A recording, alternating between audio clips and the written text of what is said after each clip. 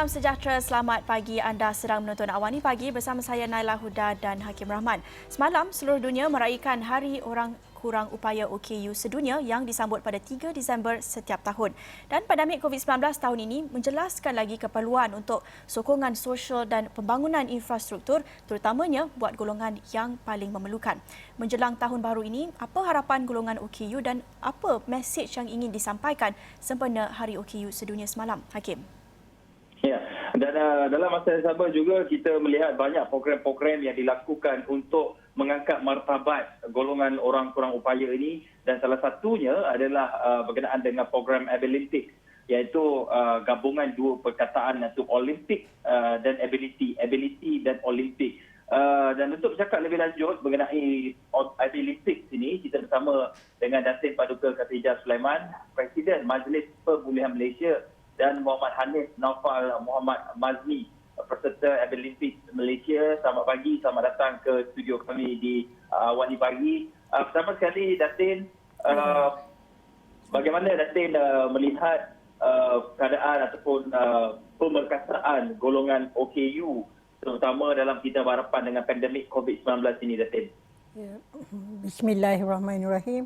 Ya, memang ya kami nampak berbagai-bagai cabaran ya, tetapi semuanya bagus kerana kita dapat memperkasakan lagi dan memantapkan lagi kemahiran yang ada pada peserta-peserta kami yang akan mewakili Malaysia di peraduan Abilimpics di antarabangsa. Datin, kalau boleh kongsikan sedikit, mungkin bagi mereka di luar sana tidak begitu familiar dengan Abilimpics ini. Apa itu Abilimpics dan apakah sebenarnya yang perlu dilakukan oleh peserta-peserta Abilimpics ini?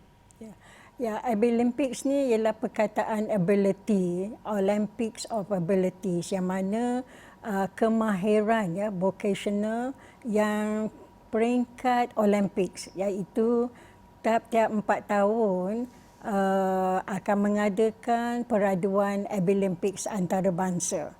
Dan kami di Malaysia menyertai daripada tahun 1995 hingga sekarang, yang mana kami membuka ruang kepada remaja-remaja ataupun mana-mana OKU yang ada kemahiran seperti melukis, memasak, komputer, ya, berbagai-bagai jenis kemahiran dalam komputer, menjahit dan juga sulaman. Ini semua kita membuat satu pertandingan seluruh Malaysia yang mana kita mengadakan peraduan di peringkat nasional, dan lepas tu kami memilih mereka yang dapat mencapai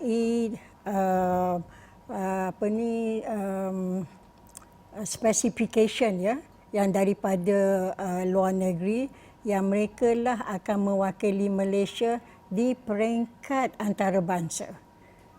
So inilah dia kemahiran-kemahiran yang kami tunjukkan, yang mana sepatutnya 30 kemahiran yang diadakan di peringkat antarabangsa, tapi kita di sini Malaysia kita menyertai dalam 15 bidang tertentu. Dan daripada 15 bidang itu, salah satu kategori yang kita tahu Naufal peserta dan wakil negara untuk salah satu kategori. Boleh Naufal kongsikan kepada penonton apa kategori itu? Kategori saya dalam hotel service. So saya belajar dalam servis, servis makanan apa semua. So walaupun saya tak ada pengalaman sangat, so saya belajar sikit-sikit untuk mantap lagi servis tu. So saya dapat pengalaman pun buat Pak ajar. Dia macam kiranya kita tunjuk bakat kita sendiri dekat dalam surf tu. Macam mana dia ada ukuran dia, dia ada apa line dia. So kita kena letak dia betul-betul. So jangan bagi dia sengit apa semua. Sangat terperinci penilaian judgement untuk kategori restoran dan hotel servis ni. Dan apa persiapan Naufal setakat ini bersiap sedia untuk Abilympics? Dan kita tahu Abilympics juga baru saja Datin maklumkan tadi kepada saya telah pun ditangguhkan, postpone sehingga 2022. Kita tahu pandemik COVID-19 ini akan berlarutan, tapi persiapan Naufal setakat ini bagaimana? Persiapan saya sekarang ni, saya setiap hari lepas habis kerja saya datang untuk training, belajar lagi mantap lagi apa semua. Walaupun tengah-tengah COVID sekarang ni pun saya tetap usaha untuk pergi pertandingan tu. Sebab yalah, cabaran ni paling setahun sekali lah saya dah baru dapat. Naufal, kami difahamkan Naufal juga bekerja di luar. Boleh Naufal kongsikan apa pekerjaan yang Naufal lakukan ketika ini? Saya difahamkan ada kena-mengena juga dengan penyediaan perkhidmatan makanan dan juga minuman ini. Dan bagaimana Naufal boleh pengalaman bekerja di luar sana dapat membantu Naufal dalam menyiapkan ataupun menyediakan diri untuk pertandingan Abilympics ini? Okey, saya dah bekerja dah lama, daripada sebelum belajar lagi. So saya dah belajar dekat kafe, lepas tu belajar kat kedai makan. So saya tengok, saya rasa macam berminat, rasa nak masuk pertandingan ni, lepas tu saya masuk. So dekat situ saya pun belajar, time belajar pun saya minta dengan Prof Faz untuk bekerja di Spike Kitchen. Itu untuk orang OKU. So berlatih macam mana cara berniaga. So saya pun dapat belajar surf apa semua. Yang sekarang ni pun kat kafe Spike Kitchen pun kita ada buat kopi, buat art apa semua. So kita orang dapat pengalaman daripada yang luar punya jangkaan lah. Sangat menarik kita lihat restoran servis perkhidmatan makanan dan minuman itu pun jadi salah satu kategori yang kita tahu satu industri yang sangat besar dan banyak peluangnya untuk golongan OKU dalam negara. Bagi Datin sendiri melihat ini salah satu kategori yang baru saja ditubuhkan bagi Abilympics sendiri. Apa pentingnya industri perkhidmatan makanan ini buat konteks golongan OKU dalam negara? Kenapa ia begitu popular? Ya, sebab apa kebanyakan ya kemahiran kita menunjukkan daripada segi hands on ya, kemahiran. Sebab banyak golongan-golongan OKU memang ada bakat ya, potensi mereka untuk penyediaan dan juga macam mana mereka melayan customer.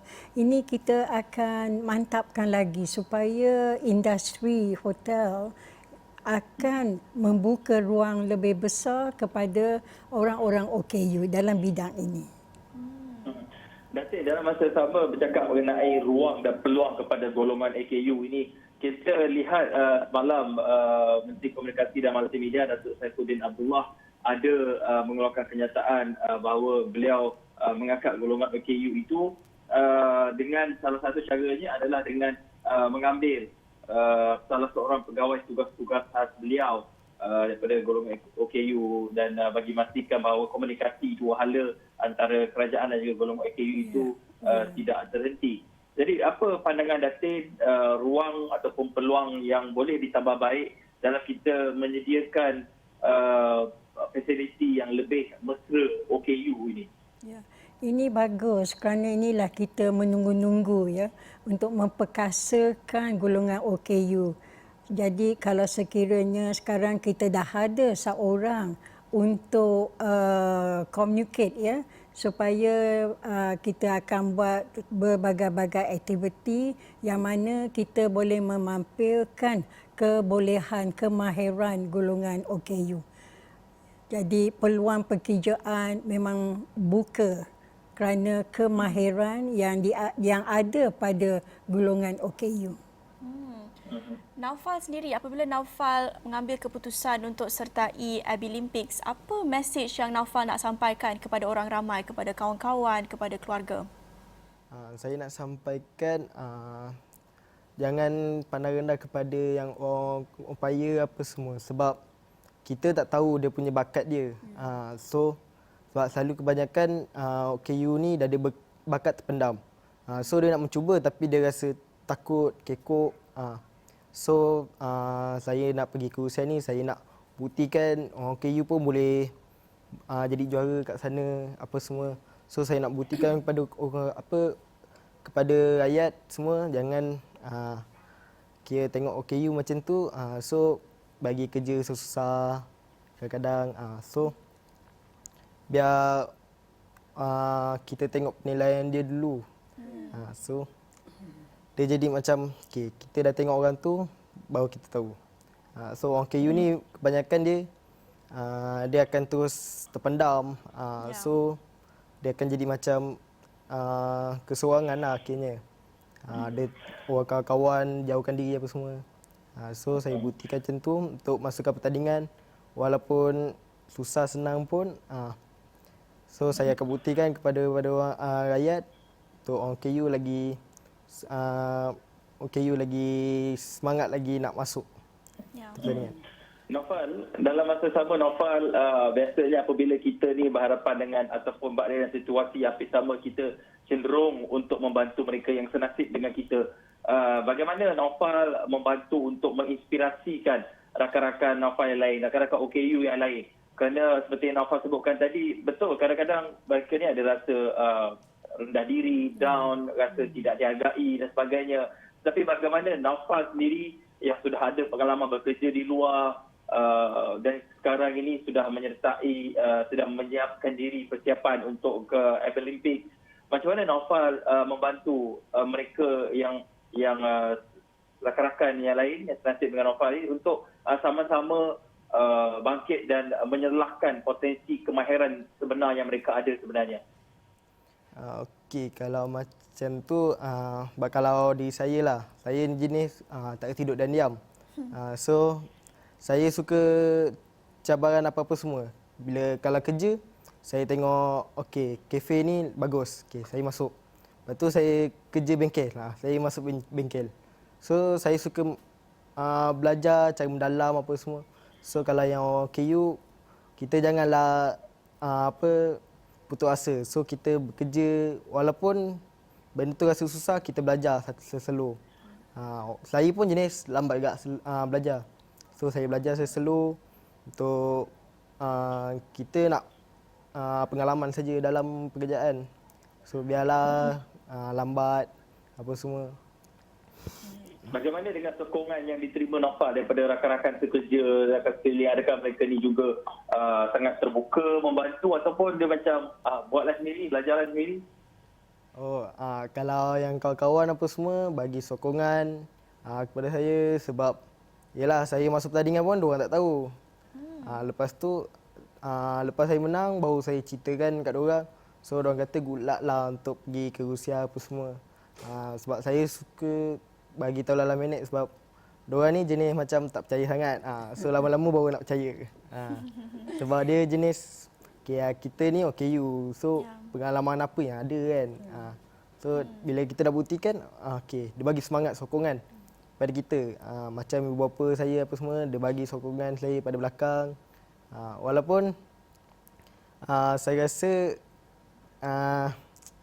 first macam tak ada orang bagi sokongan. Rupanya ada yang bagi sokongan. Itu kata-kata semangat yang wajar diingatkan bukan sahaja buat penonton kami golongan OKU tetapi buat semua. Kata-kata semangat untuk bangkitkan semangat diri, cuba apa yang belum pernah dicuba lagi. Dan kita nak tahu selain daripada sokongan daripada keluarga dan kawan-kawan yang Naufal ceritakan tadi, kita nak tahu secara lebih meluas apa lagi sokongan yang diperlukan menjelang tahun baharu ini dan juga sempena Hari OKU sedunia semalam. Tapi kita akan berhenti rehat seketika, kembali selepas ini.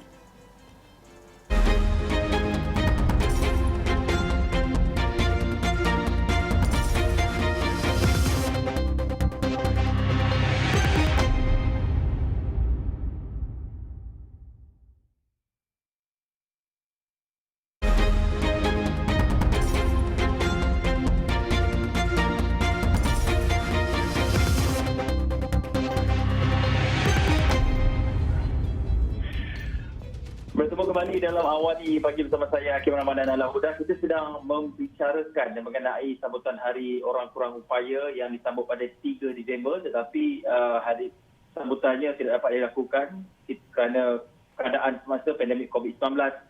Tetapi dalam masa sama juga kita lihat bahawa banyak program-program yang telah pun dilakukan untuk memperkasakan golongan orang kurang upaya ataupun OKU ini. Antaranya adalah program ataupun Abilimpik, iaitu Ability Olympic, sukan Olimpik di tahap Olimpik untuk golongan kurang upaya ini yang kita jangkakan akan berlangsung pada 2022 nanti.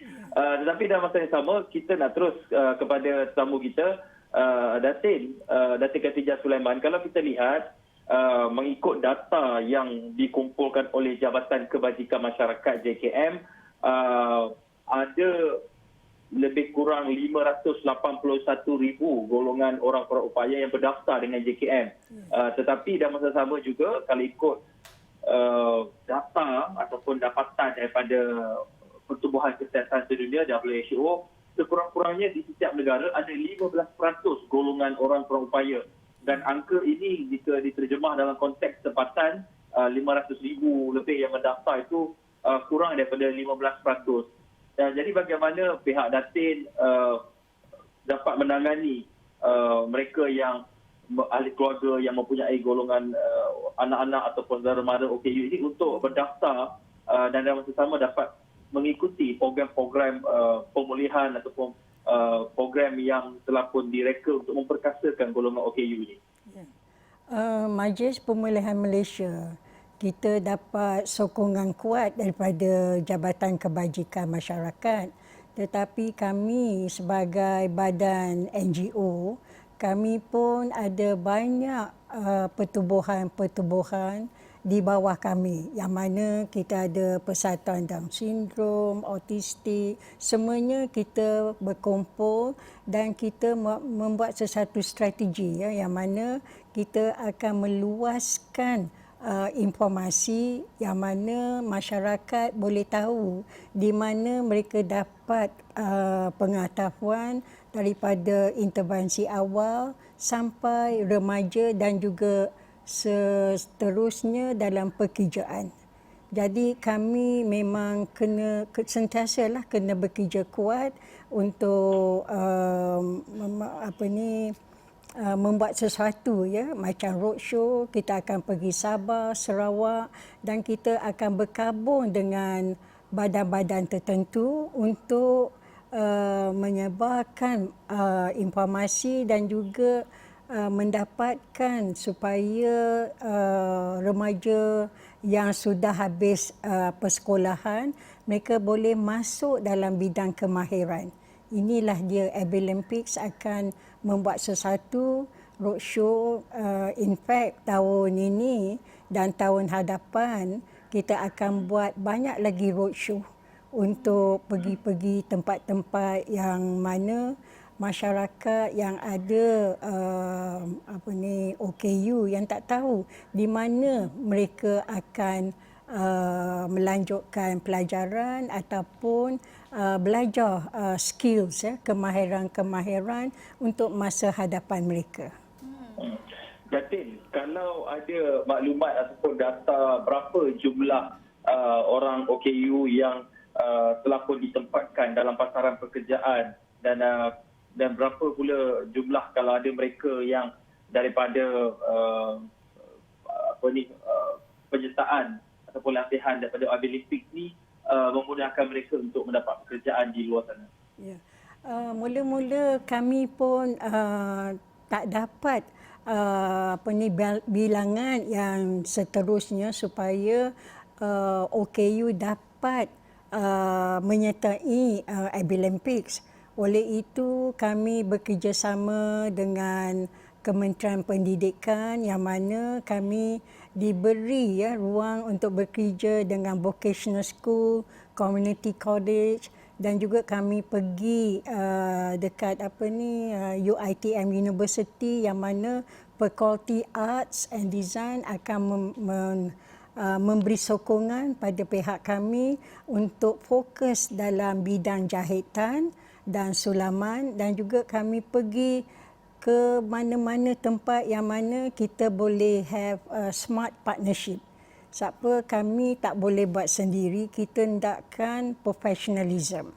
Jadi kami banyak strategic partners yang mana bila golongan OKU dapat masuk dalam pertandingan Paralympics, mereka akan diberi latihan 1 tahun untuk memantapkan lagi kemahiran mereka supaya bila kami bawa mereka ke luar negeri, they are at par dengan peserta-peserta luar negeri.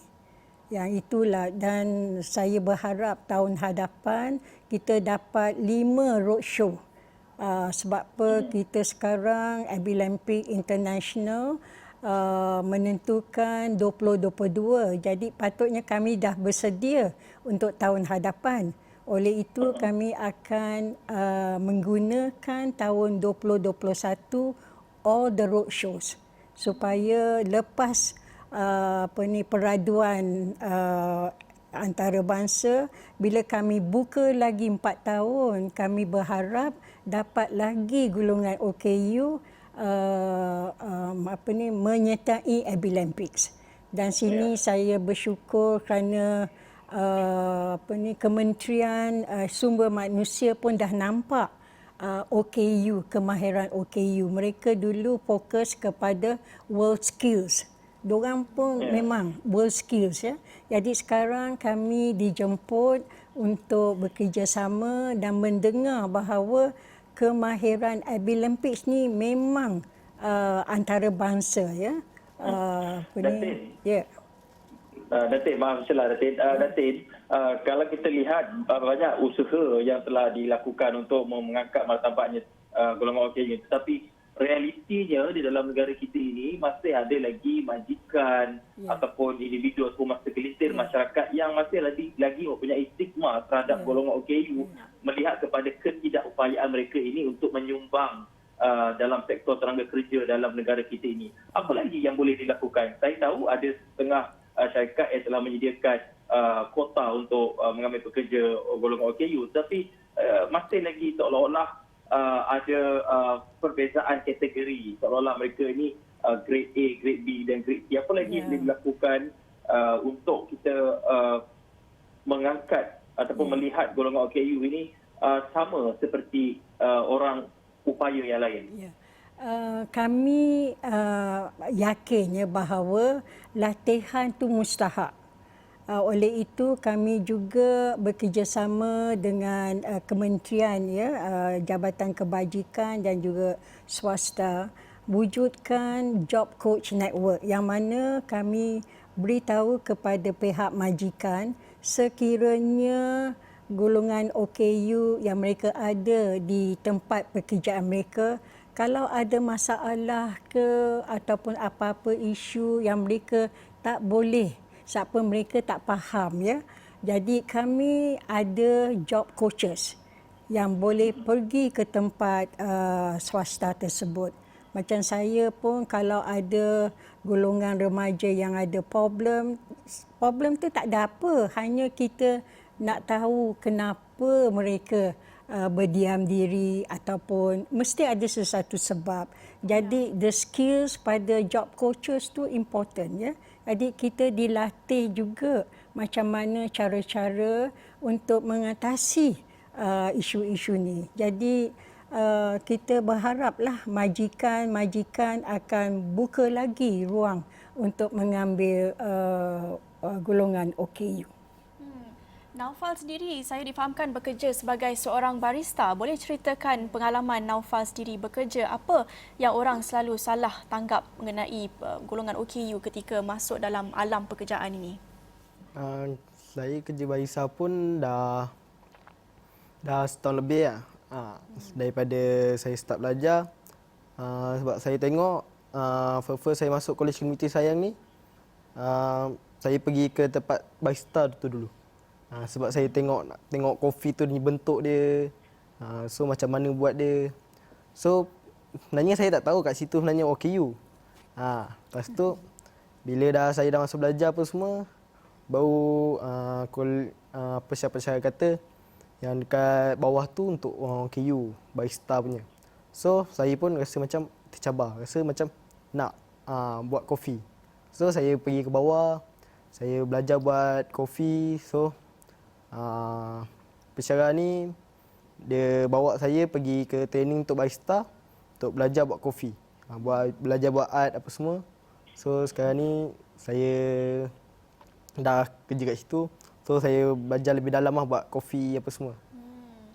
Dan bagi Naufal, kita berbaki dalam 1 minit sahaja. Boleh Naufal sampaikan nasihat dan pesanan kenapa penting untuk anak muda OKU yang sedang menonton sekarang ini untuk mereka turut menceburi bidang pekerjaan dan cuba benda-benda baharu seperti Abilimpiks. Apa nasihat Naufal buat mereka? Okey, nasihat saya kepada golongan-golongan OKU, kita janganlah putus asa dalam pekerjaan apa semua. So, kita kalau tak boleh buat kerja ni, kita tukar, kita cek kerja lain yang kita boleh sama bidang kita. Biar walaupun kita susah first, lama-lama kita senang. Kita first kita tak nampak lalu kat situ. Lama-lama baru kita tahu, oh okey. Sebab kita ni lambat belajar. So lama-lama kita dah belajar, baru kita tahu. Kita jangan cemburu kat orang lain, gaji 2,000, 3,000. Walaupun kita basic rendah tak apa, kita belajar dari bawah sampai ke atas. Ya, terima kasih Naufal. Itu nasihat buat semua, bukan sahaja anak muda OKU tetapi saya kira untuk semua anak muda yang baru saja nak menceburi bidang alam pekerjaan dan cuba benda baru. Itu nasihat yang wajar kita ingatkan. Terima kasih sekali lagi kepada Muhammad Hanif Naufal Muhammad Mazni, merupakan peserta Abilimpiks Malaysia Wakil Negara pada tahun 2022, dan juga terima kasih kepada Datin Paduka Khatijah Sulaiman, Presiden Majlis Pemulihan Malaysia, menceritakan tentang Abilimpiks Malaysia yang mampu menonjolkan kemahiran dan potensi golongan OKU dalam negara pada peringkat antarabangsa. Dan sekian sahaja daripada Awani Pagi, itu perkongsian kami sempena Hari OKU Sedunia 2020 semalam. Sekian sahaja daripada saya, Naila Huda dan Hakim Rahman. Salam hormat.